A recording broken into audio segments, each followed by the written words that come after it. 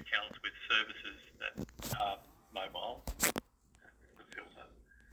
Correct. And the filter what you applied are Only 12%. 42 of them, and I've actually done the statistics on how many are on there. It's published on the wiki page.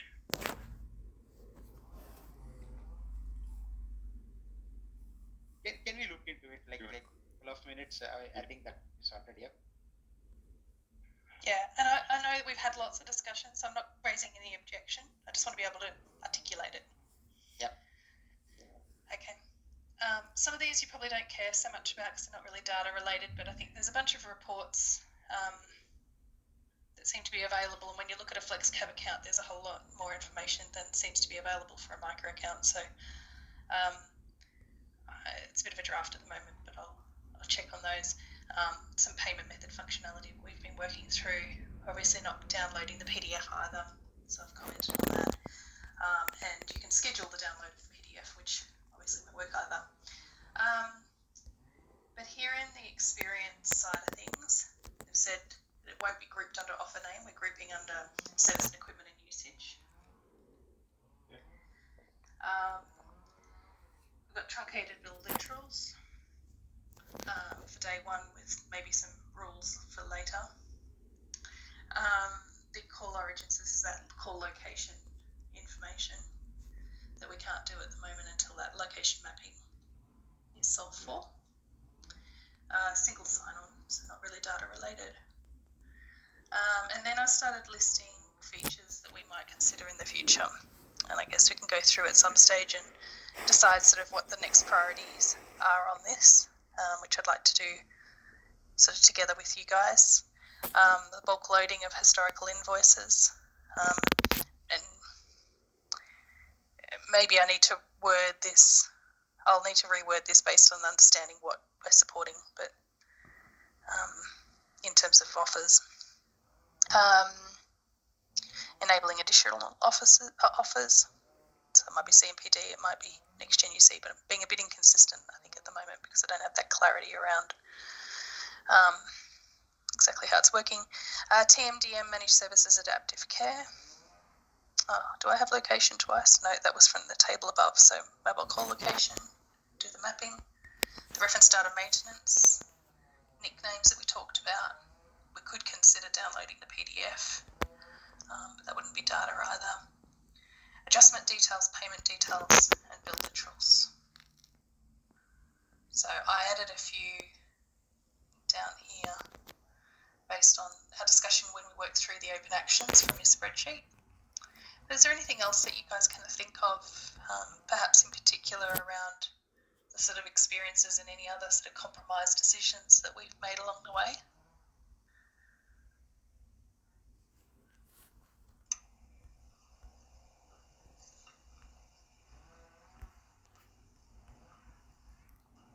The big one is not showing the offers, really. Yeah. And that's a big conceptual gap between Micah and Aria. Yeah. But I mean, even on the usage, so I agree with that. But specifically on usage, we've done some mappings as well, but I don't think that's really material.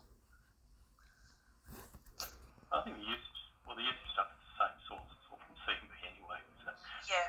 The fact we managed to map that into a similar structure is not surprising because it's all coming from the same place. Yeah, and while we don't use that structure that we've mapped it into in digital, we've retained the bill literals and things like that, so I don't feel like that's a substantial impact. Okay. Yeah. Christy, one question. As we were discussing, suppose if a particular account has adaptive mobility, which gets picked up by that account gets picked up, consider that account has an NGOC as well. Now, in 20 and 10, we are showing the account level charges for the NGOC service as well. But in 30 and 40, we won't be showing that NGOC service related details or usage calls or any other usage related details. So that, do we need to specify anywhere in here? Does it does? This is sort of what I have in mind around the combinations. I would like to articulate this in a way that I understand what any of these would behave in. Like this one, I think, AM only, we're giving it the big tick. That's definitely what we've solved for. What I guess I'm unclear about is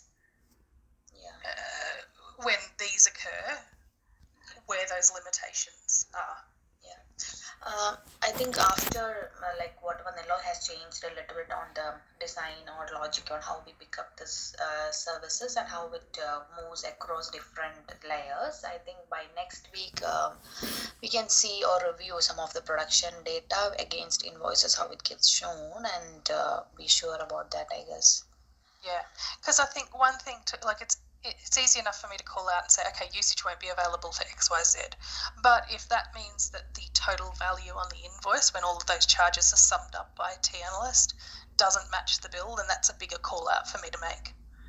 Yeah, even we also have seen such kind of scenarios, right? Yeah.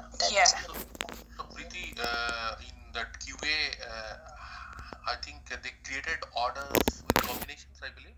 Yeah, that was They've there. done a next gen UC. I think they're on the same account, or are they on different accounts? That I'm not sure, Christy. Maybe we have to check. I think it was discussed, and I can't remember where it landed. So maybe we need to check with. Actually, as far as I remember, we asked for the same account having NGOC plus. Okay. Adaptive mobility. Okay. Yeah, but I'll have to recheck.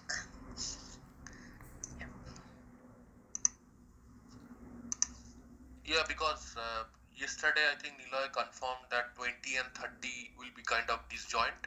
So that's my understanding. If something is service, then it will go to 30. It won't be there in 20. And if whichever is not service, unable to we get, then it will be in 20. So ideally 20 and 30 is completely disjoint. That is my current understanding.